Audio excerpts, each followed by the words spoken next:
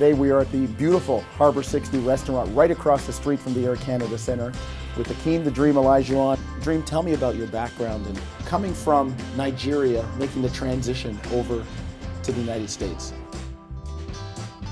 But when I discovered the game of basketball, you can see the excitement because the game is so natural, so much fun.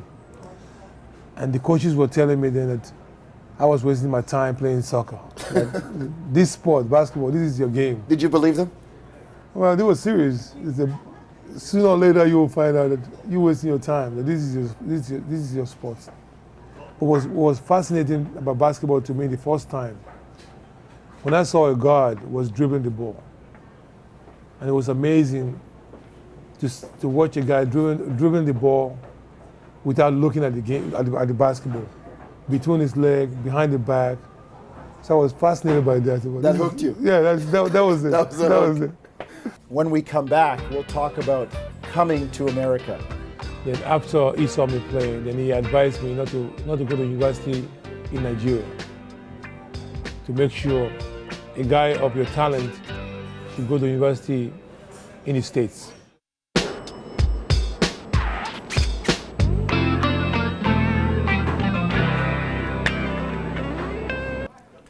I love the way it was written, and I want to know, is there truth to the fact that you came somewhere else before you ended up in Houston?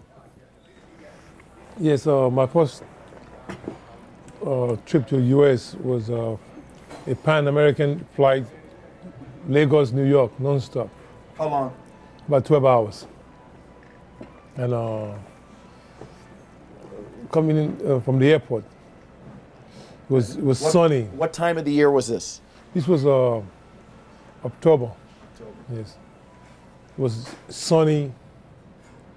I saw people walking up and down. And I was going through the automatic door opening. Just the way the breeze, I was wearing just a simple shorts, and I was so surprised how sunny and bright it was outside, but it was so cold. The story goes that when you got to Houston, you said, take me to the University of Austin, yeah. Meaning that you were going to be a Texas Longhorn. Exactly, but I was thinking Houston is, I didn't know there was a difference between the H and the U. But the taxi driver, he knew right away that this cannot be right because Austin is about 3 hours away. So you must be talking. He said, let me look at you. So I gave him the note from my car. So he looked, oh, you must have Houston. So, and he also from Nigeria, the taxi driver. Then I started asking him some questions about how do you like Houston? So, this is a great city and things like that. So it was warmer to start with. That was a good thing. Very nice. What did the coach say, or the coaching staff at the University of Houston say when a 7-footer shows up on their door and says, I can play basketball? They must have looked around like... No, they knew I was coming. We went for African tournament in Angola. And that's where there's a gentleman, his name is Christopher Pond. He was the national coach for Central Africa. We played against them. Then after he saw me play, then he advised me not to go to university in Nigeria, to make sure a guy of your talent should go to university in the States, where you have the opportunity to play professional basketball. Boy, did he take that one in, and Young, So I told him I didn't have any contact in the States. Then he took me from there to the embassy, where he called several coaches. And one of the coaches is the guy Lewis for University of Houston. So he made all the contact arrangement for me. Now, when you came to Houston, some of the guys on the team were some real characters.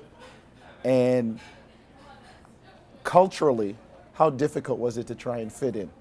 I came in from a basketball point of view because the team was the high recruited players from high school, like Michael Young, Clyde Drexler, or Benny Andrews. These are all American high school players. So I came into a unique situation where the team is set. They're just looking for a big man in the middle. So it was an ideal situation that that's where the nickname came in, the Dream, because this was like all of a sudden you walk into a situation where the both parties are needed, ideal situation. The Houston Rockets, who are represented here by owner Charlie Thomas and his daughter Tracy, select Akeem Olajuwon of the University of Houston. It is official.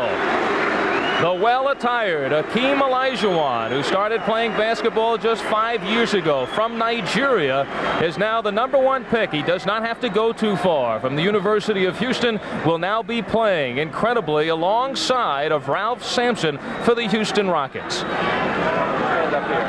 Stand up. Dream, you were drafted in that illustrious class of 1984, and there's still a few guys playing from that class. Michael Jordan, John Stockton, yourself, just still a few guys hanging around. Knowing that your name was called first, or might be called first, what did that feel like? Well,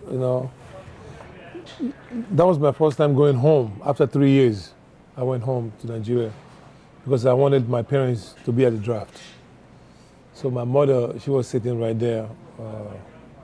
And she didn't have any idea How big this was? right. But she saw the crowd, and she just knew that our son was #1. That's you see, it's like I cannot express that feeling in her face just to see that, wow, whatever how big it is, and that made me so happy just that she was there. For me. Being the #1 is a sense of responsibility.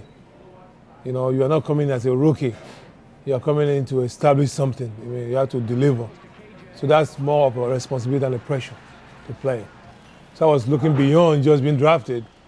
I was looking beyond making a difference on the team. So I know, as you know, the group of guys on that team are franchise players wherever they went.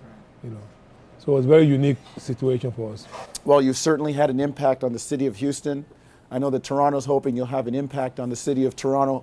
It's been great spending time with you and learning all about you, your past, and this game, and we thank you for joining us.